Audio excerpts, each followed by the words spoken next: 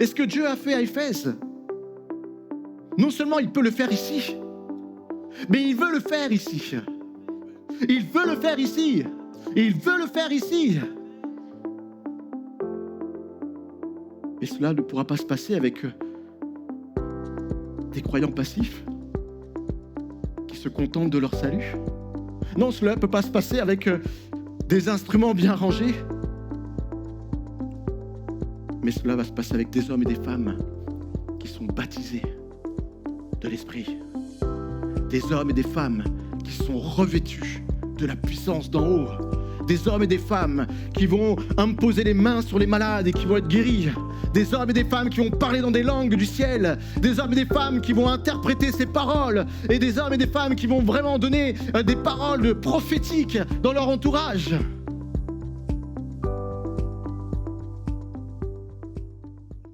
Ce matin, c'est un jour particulier. Nous sommes là sur un week-end de Pentecôte et vraiment, je vais vous annoncer une parole qui est de circonstance. Et le titre du message pour nous aujourd'hui, c'est « Avez-vous reçu le Saint-Esprit » Avez-vous reçu le Saint-Esprit? Et j'aimerais prendre avec vous ce passage dans la parole de Dieu, lire avec vous dans Actes, chapitre 19. On va lire ensemble. Et on va voir que cette question est celle que Paul a posée un jour à 12 disciples. On lit ensemble Acte 19, verset 1. Pendant qu'Apollos était à Corinthe, Paul traversa la région montagneuse d'Asie mineure et arriva à Éphèse. Et là, il y trouva quelques disciples et leur demanda « Avez-vous reçu l'Esprit Saint quand vous avez cru ?» Et ils lui répondirent « Nous n'avons jamais entendu parler d'un Esprit Saint. » Alors Paul leur demanda alors « Mais quel baptême avez-vous donc reçu ?» Ils répondirent « Le baptême de Jean. » Alors Paul leur dit « Mais Jean baptisait ceux qui acceptaient de changer de vie, ceux qui étaient dans la repentance. Et il disait au peuple d'Israël de croire en celui qui allait venir après lui, c'est-à-dire en Jésus. » Et après avoir entendu ces mots, les disciples se firent baptiser au nom du Seigneur Jésus.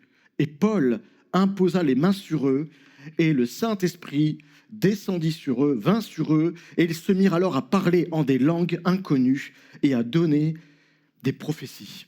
Amen. Cette question, elle est vraiment intéressante. Elle est intéressante parce que cela nous amène à bien comprendre que nous pouvons croire, mais pour autant ne pas avoir reçu. Tu peux croire ce matin, tu peux croire en Jésus. Vous savez, il y a même des personnes qui ne vont pas à l'église. Ils croient en Jésus, mais pour autant, est-ce qu'ils ont reçu le Saint-Esprit? Et peut-être ce matin, c'est la première fois que tu viens dans cette église. Oui, tu crois qu'il y a un Jésus. Tu crois, tu as vu ça peut-être dans des églises, des grands monuments, tu as vu des statuettes, tu as vu des peintures, tu as vu des vitraux. Mais pour autant, est-ce que ça veut dire que tu as reçu le Saint-Esprit? Et c'est cette question que j'aimerais que l'on se pose ce matin parce qu'elle est fondamentale. Elle est cruciale pour notre marche spirituelle. Elle est non seulement cruciale pour toi qui viens peut-être pour la première fois, mais elle est aussi cruciale pour chacun d'entre nous qui avons déjà accepté Christ dans notre vie. Et voyez-vous, ces hommes d'Éphèse, c'étaient des disciples. Ils étaient respectables, ils étaient pieux, mais Paul discerne quelque chose chez eux. Paul voit qu'il y a quelque chose qui manque. Paul voit que oui, c'est vrai, ils connaissent les Écritures, mais il n'y a pas l'Esprit. Il voit que ces disciples, oui, ils ont la foi, mais il n'y a pas l'autorité. Ils parlent de Jésus, mais il n'y a pas de puissance. Il n'y a pas de parole de connaissance, il n'y a pas de parole de discernement, il n'y a pas de don de guérison, il n'y a pas de manifestation de la puissance de Dieu. Paul s'est dit, mais c'est... Ok, il y a quelque chose qui ne va pas là. Et là, il va alors leur demander, mais de quel baptême avez-vous donc été baptisés? Et là, ils vont répondre, du baptême de Jean. Ces disciples avaient été préparés, c'est vrai, mais pas transformés. Ces disciples avaient été enseignés, mais ils n'étaient pas remplis de l'Esprit. Ces disciples avaient cru, mais n'avaient pas reçu. Et Paul va les amener là où Dieu veut nous amener ce matin. Il va leur parler de Jésus. Il va les baptiser au nom de Jésus-Christ. Et il va leur imposer les mains. Et alors là, le ciel va tomber sur eux, le feu va tomber sur eux, tel le jour de la Pentecôte, tel des langues de feu qui étaient là ce jour de la Pentecôte vont tomber sur eux. Et là, ils vont commencer à parler en langue et ils vont commencer à prophétiser. Quel récit magnifique. Je voudrais vous dire ces choses ce matin, c'est pour vous dire que ce qu'ils ont vécu, c'est aussi pour nous aujourd'hui. C'est pour nous aujourd'hui. Vous savez, il y a quelques temps, on m'a volé, on a été cambriolé, il y a quelques années de cela, on a été cambriolé à la maison et j'ai fait des études musicales, j'ai fait quelques années à étudier le saxophone au conservatoire et puis malheureusement, lorsque je suis revenu un matin à la maison était cambriolée et là le saxophone avait disparu. Ça a été un déchirement. Et je me suis dit, bon, Seigneur, écoute, après tout, hein, rien ne se passe sur terre sans que tu ne le veuilles. Alors je me dis, bon, il y a certainement quelque chose de bon qui va en sortir. Et puis un jour, je vais dans une grande ville, et puis je vais dans un magasin de musique, et là, je trouve un saxophone ténor. Et pour ceux qui sont connaisseurs un peu, c'était une marque vraiment prestigieuse. Voilà, c'était un Selmer, un beau Selmer. Et voyez-vous, c'était exactement le saxophone dont je rêvais, un saxo ténor, Selmer, Mark VI. Vous savez, c'est les saxophones que les jazzman des années 60 jouaient. Et il avait vraiment été référencé. Mais il y avait un problème, c'est qu'il était tout cabossé. Je l'achète, je me dis, bon, c'est pas grave. Je crois que je connais un bon luthier. Et là, je l'amène, je fais réparer le saxophone. Et le luthier reprend tout. Il reprend les clés, il reprend les tampons. Les tampons, vous savez, c'est pour boucher les trous du saxophone pour que ça soit étanche et qu'on puisse sortir des notes. Et là, je lui dis, mais est-ce qu'il est possible aussi de refaire l'argenterie? Parce que vous voyez, il y a des coups, il y a des rayures. J'aimerais qu'il retrouve sa jeunesse. Et tu dis, ah oui, c'est bon, je vais tout démonter, je vais tout faire et on va remettre une couche d'argenterie, je vais lui faire quelque chose de bien. Et en effet, le jour où je reviens, le saxophone est de toute beauté. Et de toute beauté. Vraiment, il est magnifique, il est scintillant, il est restauré et il est prêt à être joué. Magnifique. J'avais l'impression d'accomplir un rêve. Est-ce que vous voulez voir ce saxophone? Voyez-vous, il est tout beau, hein? Ah, il brille, hein? Mais voyez-vous, un instrument comme ça reste pas sur un pied. Ça a beau être un saxophone, mais si vous soufflez pas dedans, il n'y a pas de son. On est d'accord? Est-ce que vous voulez entendre le son? Ouais? Bon. Ok. Est-ce que tu connais Amazing Grace? Oui. Tu veux bien le jouer en fa? Je vais vous faire écouter le son de ce sax. Vous allez voir. Vous allez me dire ce que vous en pensez. Mettez à part le saxophoniste. C'est vraiment pour illustrer ce matin.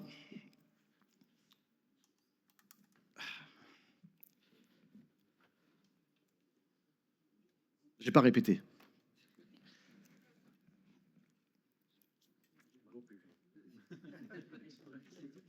Je l'ai pris à l'impro ce matin. J'ai dit à Mathias, écoute, je voudrais faire une illustration avec mon saxophone. Est-ce que tu peux mettre juste un petit micro? Voilà. Ça ira. Ouais. C'est pas un show. Je voudrais juste vous montrer ce qu'un saxophone restauré, mais bien plus, un instrument dans lequel on souffle peut retentir comme son.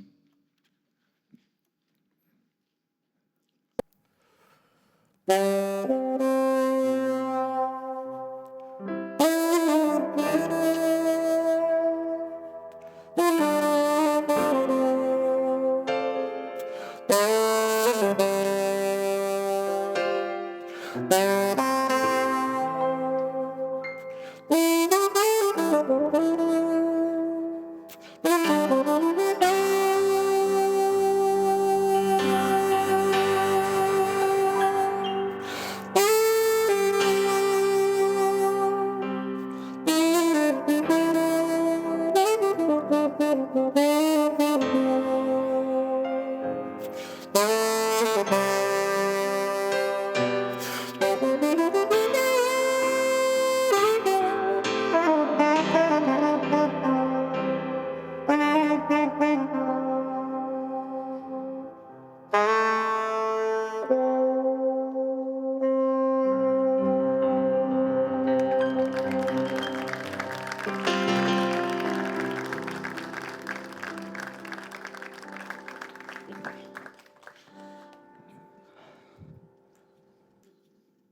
voyez le saxophone? Quand on souffle dedans, il y a un son qui retentit. J'aimerais vous faire comprendre ce matin quelque chose. Et si ce matin, ce saxophone, c'était chacun d'entre nous? Vous voyez, on peut avoir été restauré, on peut avoir été refait. Et certainement, je crois que beaucoup d'entre vous ont été, on va dire, restaurés par la grâce de Dieu. Vous avez rencontré le Seigneur et Dieu vous a refait. Dieu vous a établi, vous a vraiment remis en place. Comme ce saxophone, il était tout cabossé, il est tout rayé. Et là, il est brillant, il est magnifique. Et je crois que devant moi, j'ai des hommes et des femmes magnifiques. Dis à ton voisin, tu es magnifique.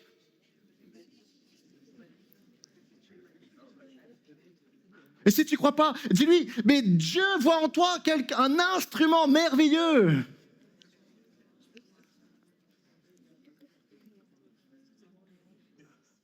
Et certainement ce matin, tu es là, oui, tu as été restauré. Oh, tu connais ce que c'est être un croyant. Tu connais Jésus. Tu es peut-être comme ce saxophone, oui, tu es tout brillant. Tu viens le dimanche matin, tu es brillant, tu loues le Seigneur, tu lèves les mains. Tu as tout ce qu'il faut. Aux yeux des hommes. Mais aux yeux de Dieu, as-tu reçu le Saint-Esprit? Est-ce que tu as un son puissant qui sort de ta vie? Est-ce que le souffle de l'Esprit souffle sur toi de manière à ce que tu puisses retentir un son puissant? Est-ce que le souffle de l'Esprit souffle sur toi, t'inspire pour que tu exprimes des louanges magnifiques? Est-ce que tes paroles sont puissantes? Est-ce que tes paroles sont inspirées par l'Esprit de Dieu? Est-ce que tu imposes les mains sur des malades et les malades sont guéris? Est-ce que tu as des paroles de connaissance? Est-ce que lorsque tu rencontres un homme ou une femme où tu sens qu'ils sont à la recherche de Dieu, le Seigneur révèle en toi une parole de connaissance pour cette personne? Il te révèle quelque chose de particulier qui le confond dans l'intelligence humaine et qui sait à travers ta parole qu'il y a un Dieu puissant qui est derrière toi et qui souffle sur toi. Est-ce que c'est ce que tu vis? Est-ce que c'est comme ce saxophone qui, dès qu'on souffle sur lui, un son sort et retentit dans la salle? Parce que ce que Dieu cherche aujourd'hui, ce n'est pas simplement un saxophone bien rangé. Ce ne sont pas des instruments qui viennent se poser sur une chaise et qui brillent d'apparence. Mais ce que cherche le Seigneur, ce sont des instruments dans lesquels il souffle de son esprit et qui retentissent un son puissant, non seulement dans l'Église, mais autour d'eux. Ce que Dieu veut, c'est que nous soyons des instruments au travers duquel l'Esprit agit. Il veut nous transformer en son image. Il veut nous transformer en gloire, de gloire en gloire. La Bible dit, oui, nous tous, le visage découvert, nous contemplons comme dans un miroir du Seigneur, la gloire du Seigneur. Et nous sommes transformés en la même image, de gloire en gloire, comme parle le Seigneur, l'Esprit. Est-ce que je peux entendre un amen pour cela? Dieu veut nous transformer de gloire en gloire, amen. Dieu veut te transformer à son image. On peut dire encore amen. Mais écoutez-moi ce matin, j'aimerais vous dire que Dieu ne veut pas simplement nous remplir, mais Dieu veut nous revêtir d'une puissance particulière. Et c'est précisément ce que les 12 hommes vont expérimenter à Éphèse. Vous voyez, la ville d'Éphèse était une grande ville, une belle ville. Il y avait beaucoup de personnes, il y avait des milliers de personnes là-bas. Et c'était une ville portuaire qui était au carrefour de vraiment d'axes commerciaux, ça venait dans tous les sens. Et certainement il n'y avait pas Val d'Europe, mais certainement il y avait les plus beaux commerces de l'époque. Il y avait une grande rue, une grande avenue descendante, et là qui était bordée par des temples. Il y avait même un théâtre qui pouvait accueillir plus de 40 000 personnes. Et le problème, c'est que Paul, lorsqu'il va dans cette ville, il voit que derrière cette splendeur, il y a en réalité l'occultisme. Les gens vendent des idoles. Il y a vraiment de la magie. Il y a le temple de la déesse grecque Artémis. Et je vais vous dire pas, c'est pas ce qui va arrêter Paul. Non, un feu va balayer la ville. Un feu, l'esprit va balayer la ville. Regardez, c'est ce qui se passe ensuite dans le texte. Verset 6, il dit que Paul impose les mains et les 12 vont parler en langue et en prophétie. Mais c'est pas tout. Verset 11, Paul opère des miracles extraordinaires. Mais il est même dit que les linges qui ont touché Paul, lorsque ces linges étaient au contact des malades, les malades étaient guéris. Verset 15, les démons hurlent, mais ils fuient devant l'autorité spirituelle. Verset 18, des sorciers confessent leurs péchés, ils vendent leurs livres, ils les déposent plutôt, ils les brûlent. Et verset 20, la parole du Seigneur, elle se propage avec puissance. Et tout ça comment ? C'est pas avec les beaux discours de Pierre, ou de Paul, pardon. Ce ne sont pas avec les beaux discours des disciples. Mais tout ça va se passer parce que, non, il y a des hommes ordinaires, mais qui ont reçu une puissance extraordinaire. Et ce que Dieu a fait à Éphèse, non seulement il peut le faire ici, mais il veut le faire ici. Il veut le faire ici. Il veut le faire ici. Et cela ne pourra pas se passer avec des croyants passifs qui se contentent de leur salut. Non, cela ne peut pas se passer avec des instruments bien rangés. Mais cela va se passer avec des hommes et des femmes qui sont baptisés de l'Esprit. Des hommes et des femmes qui sont revêtus de la puissance d'en haut.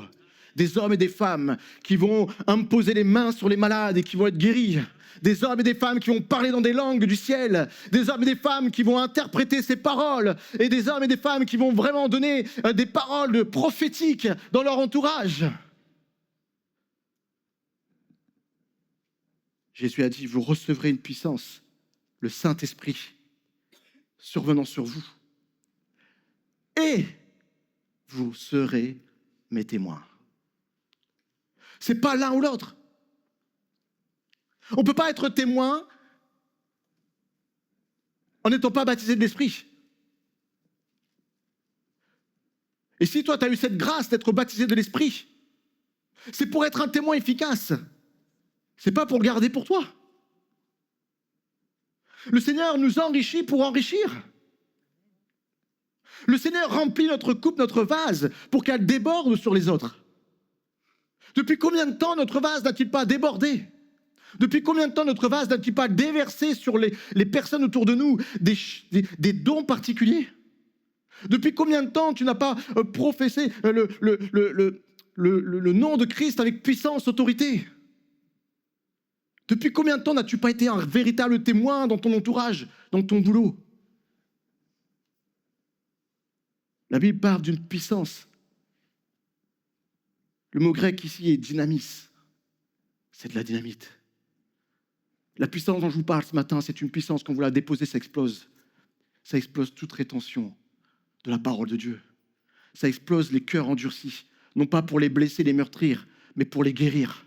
Ça explose cette carapace qui a été consolidée, renforcée par les paroles de l'ennemi, paroles de découragement, paroles d'accablement. Non, cette dynamite, elle est là, tu la places, elle explose cette carapace de manière à ce que Dieu puisse agir profondément dans les cœurs brisés. Dieu veut mettre cette dynamite dans notre Église, de manière à ce que des paroles particulières qui viennent du ciel se répandent sur nos vies. Cette dynamite, elle brise les chaînes, elle ouvre les cœurs endurcis, elle opère des miracles, elle délivre des paroles prophétiques de connaissance, de discernement, afin que des hommes, des âmes soient sauvées et que Jésus soit glorifié. Cette puissance, elle n'est pas réservée. Elle n'est pas réservée à Jean-Paul. Elle n'est pas réservée à Étienne. Elle n'est pas réservée à Médéric. Cette parole, cette puissance n'est pas réservée à une élite particulière. Cette puissance est pour chacun d'entre nous. Parce que cette puissance, c'est une promesse pour nous tous. Lorsque Paul leur eut imposé les mains. La Bible dit que le Saint-Esprit vint sur eux et ils parlaient en langue et prophétisaient. Paul ne leur dit pas, ok, vous devez d'abord mériter cette expérience. Paul ne leur dit pas non plus, attendez, il faut d'abord avoir tout un processus de purification. Paul ne leur dit pas non plus, ok, non, attendez d'être parfait, et après, ok, on en discute, on en reparle. Non, que fait Paul? Il les baptise dans le nom de Jésus-Christ. Et il leur impose les mains. Et là, tout de suite, ils reçoivent la puissance du Saint-Esprit sur leur vie. C'est un événement qui est là, qui est soudain. C'est un événement qui est instantané, qui est visible. Et les dons de cet esprit leur furent conférés. Ils parlaient en langue. Le signe initial du baptême dans le Saint-Esprit. Et Dieu leur fait davantage grâce. Et ils prophétisaient.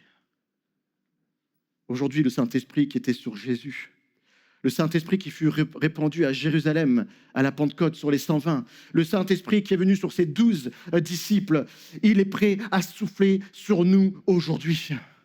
Il est prêt à souffler sur toi aujourd'hui. Dis à ton voisin, le Saint-Esprit est prêt à souffler sur toi aujourd'hui.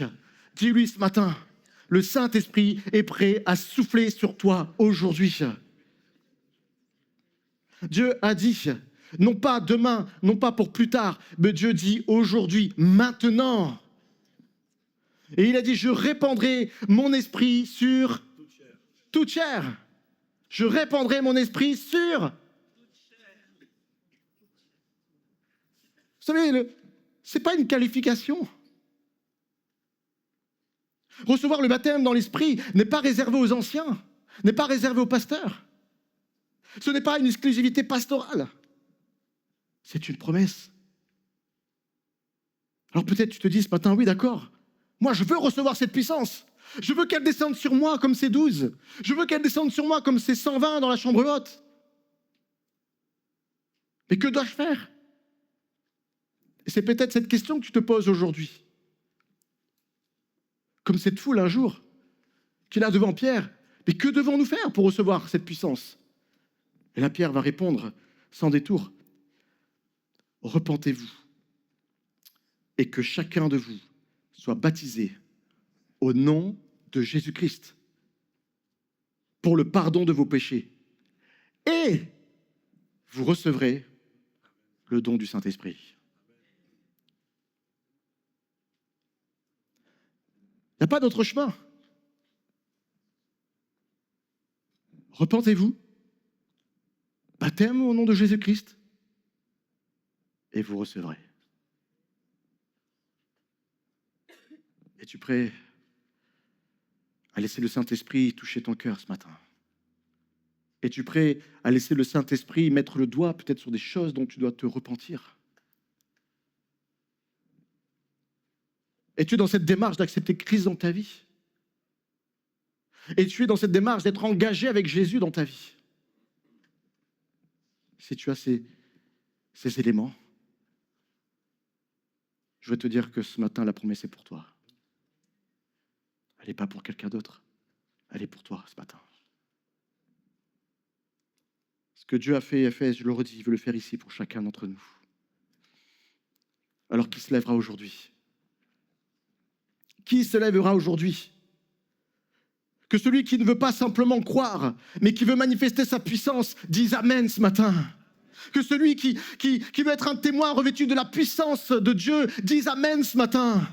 Que celui qui veut dire, oui, je veux voir mon Église manifester sa puissance, dise Amen ce matin. J'aimerais alors que tous ceux qui veulent qu'il se passe quelque chose aujourd'hui puissent se lever de leur chaise. Et j'aimerais qu'on prie ensemble ce matin. Si tu veux vraiment recevoir cette puissance sur toi, si tu veux vraiment manifester peut-être à nouveau ces dons, j'aimerais t'inviter ce matin à te lever. Et j'aimerais qu'on prie ensemble, qu'on réclame ce que le Seigneur a toujours promis. Oui, je répandrai sur toute chair ma promesse, le Saint-Esprit. Alléluia. Alléluia, j'aimerais vraiment qu'on prenne un temps ce matin. Ce matin, nous voulons vraiment profiter de cette occasion, ce week-end de la Pentecôte, Parce que je veux croire que Dieu, ce qu'il a fait il y a plusieurs millénaires, Dieu est prêt à le faire encore aujourd'hui. Dieu est prêt encore à visiter des cœurs. Dieu est prêt à remplir. Dieu est prêt à transformer des vies ce matin. Dieu est prêt à revêtir de sa puissance afin qu'un plus grand nombre puisse être vraiment dans cette nouvelle dimension et être des témoins puissants. Alléluia.